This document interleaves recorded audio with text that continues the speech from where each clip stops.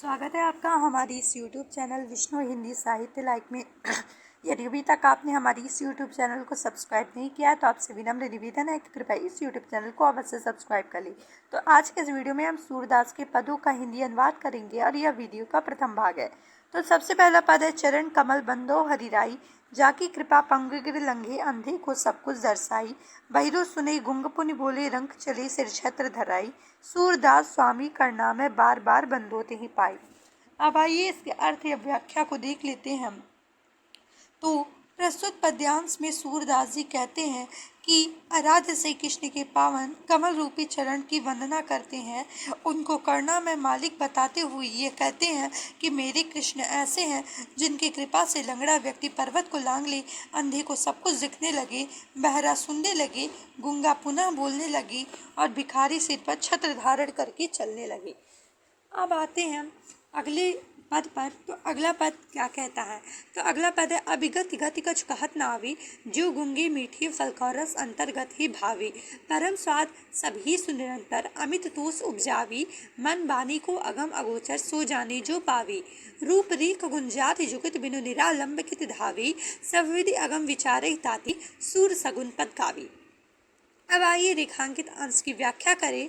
तो उस अज्ञात निराकार ब्रह्म की गति अर्थात लीला कुछ कहते नहीं बनती। जैसे कोई गूंगा व्यक्ति फल खाए और उसकी रस की मधुरता का आनंद अंदर ही अंदर अनुभव करता है, वह आनंद उसे संतोष भी प्रदान करता है पर वह उसका वर्णन नहीं कर सकता। उसी प्रकार निर्गुण ब्रह्म मन और वाणी से परे है, उसको न कोई रूप रेखा होती है और न ही कोई आकृति, न उसका कोई गुण होता है, न ही उसमें प्राप्त करने का कोई उपाय होता है। इस प्रकार उसका आश्रय ग्रहण करने वाला मन बिना अवलंब अर्थात किसी सहारे के कहाँ दौड़े। सूरदास जी कहते हैं निर्गुण ब्रह्मा को सबसे प्रकार अगम्य जान करके सगुण ब्रह्म की लीला के पदों का गान किया है। अब आते अगले पद पे।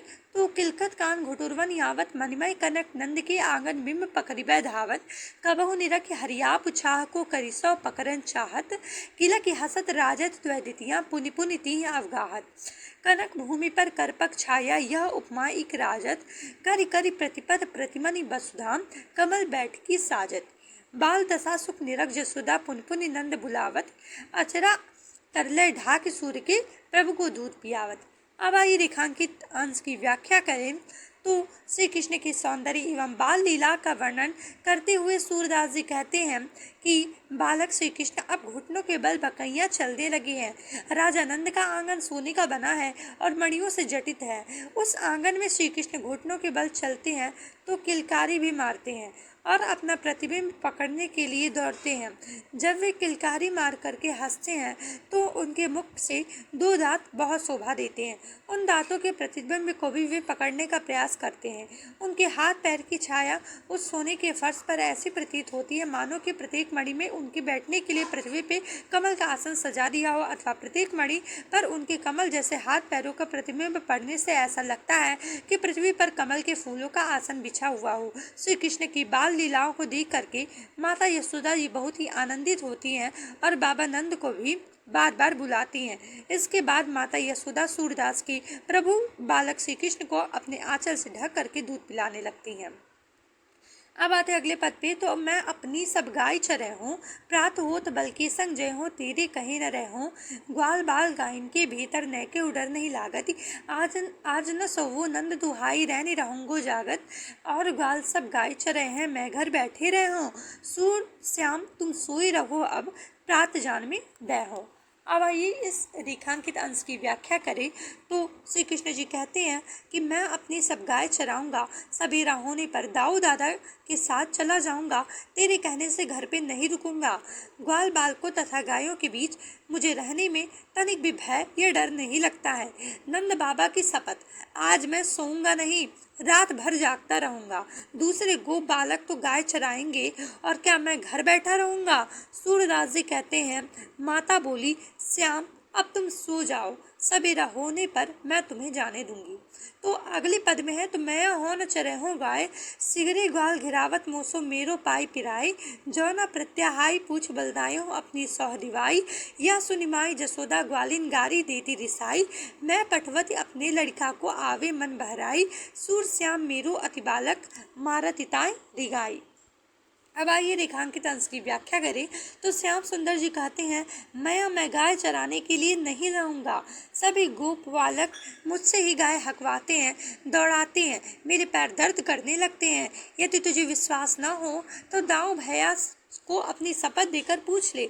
सूरदास जी कहते हैं, यह सुनकर मैया यशोदा रुष्ट होकर गालों को गाली देने लगी। मैं तो अपने लड़के को इसलिए भेजती हूँ कि वह अपना मन बहलाकर आवे। मेरा श्याम बालक है, उसे सब दौड़ा दौड़ा कर मार लेते हैं। अब आते हैं अगले पे, तो सखीरी मुरली लीजे चोर, जीनी गोपाल कीन्हे अपने बस, प्रीति सबन की तोरी, छिन एक घर भीतर निस्वासर, धरत न कबहू छोरी, कबहू कर कबहू अधरनी, कट कबहू खोसत जोरी, ना जानो कछ मेल मोहिनी, राखे अंगंग भोरी, सूर दास प्रभु को मन सजनी, बंध्यो राग की डोरी। गोपियाँ श्री कृष्ण को वंशी को अपनी वैरी स्वतंत्र समझती हैं। एक गोपी दूसरी गोपी से कहती है, हे सखी, आओ श्री कृष्ण की इस मुरली को चुरा लेनी चाहिए, क्योंकि इस मुरली ने गोपाल को अपनी ओर आकर्षित कर लिया है और अपने वश में कर लिया है, और श्री कृष्ण ने मुरली में विभूषित होकर के हम सभी को भुला दिया है। श्री कृष्ण घर के भीतर हो या बाहर कभी क्षण भर के लिए भी मुरली नहीं छोड़ते हैं। कभी हाथ में रखते हैं तो कभी ओठों पर और कभी कमर में खोसते हैं। इस तरह से श्री कृष्ण ने उसे कभी भी अपने से दूर नहीं होने दिया। यह हमारी समझ में नहीं आ रहा है कि उस वंशी ने ऐसा कौन सा मोहिनी मंत्र पढ़ दिया है कि श्री कृष्ण पर चलता ही जा रहा है, जिससे श्री कृष्ण पूर्ण रूप से उसके वश में हो गए हैं। सूरदास जी कहते हैं कि गोपी कह रही है कि हे सजनी, इस वंशी ने श्री कृष्ण की मन प्रेम की डोरी को बांधकर कैद में कर लिया है। आज के इस वीडियो में बस इतना ही। मिलेंगे इस वीडियो के पार्ट 2 में, अगले वीडियो में। धन्यवाद।